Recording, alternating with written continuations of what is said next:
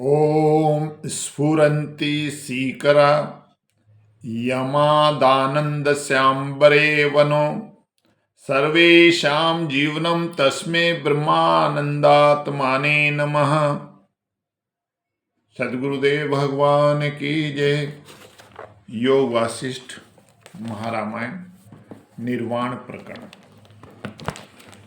गुरु वशिष्ठ जी कहते हैं कि हे राम, जो पुरुष, ध्यान से सुनो, जो पुरुष इंद्रियों के इष्ट विषयों को पाकर सुख नहीं पाता और अनिष्ट विषयों को पाकर दुख नहीं मानता, इनके भ्रम से मुक्त है और बड़े भोग प्राप्त हो तो भी अपने स्वरूप से चलायमान नहीं होता, उसको जीवन मुक्त जानो।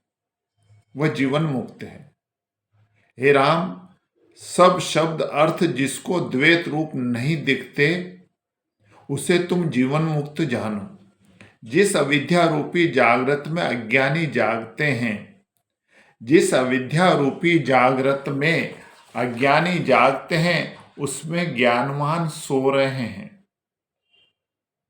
और परमार्थ रूपी जागृत में अज्ञानी सो रहे हैं। वे नहीं जानते कि परमार्थ क्या है, परंतु उसमें जीवन मुक्त स्थित है। तो इस कारण ज्ञानवान इष्ट अनिष्ट विषयों को पाकर सुखी और दुखी नहीं होते। उनका चित्त सदा आत्मपद में स्थित है। तो राम ने पूछा, हे भगवान, जो पुरुष सुख पाकर सुखी और दुख से दुखी नहीं होता, वह तो जड़ हुआ, वो तो जड़ हुआ, चैतन्य तो न हुआ।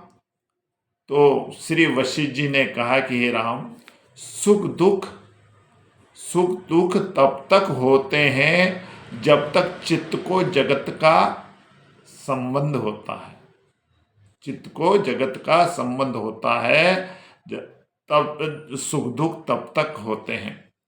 जब चित्त जगत के संबंध से रहित चिन्मात्र होता है, तब उपाधिकृत सुख दुख नहीं रहते।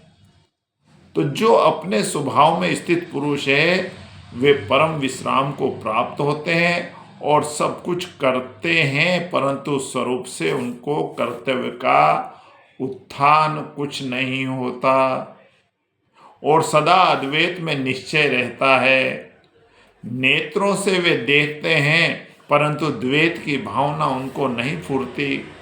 जैसे अत्यंत उत्तम को सब पदार्थ दिखते हैं, परंतु सब पदार्थों का ज्ञान नहीं होता, वैसे ही जिसकी बुद्धि अद्वैत में दृढ़ हुई है, उसे द्वैत रूप पदार्थ नहीं भासित होते।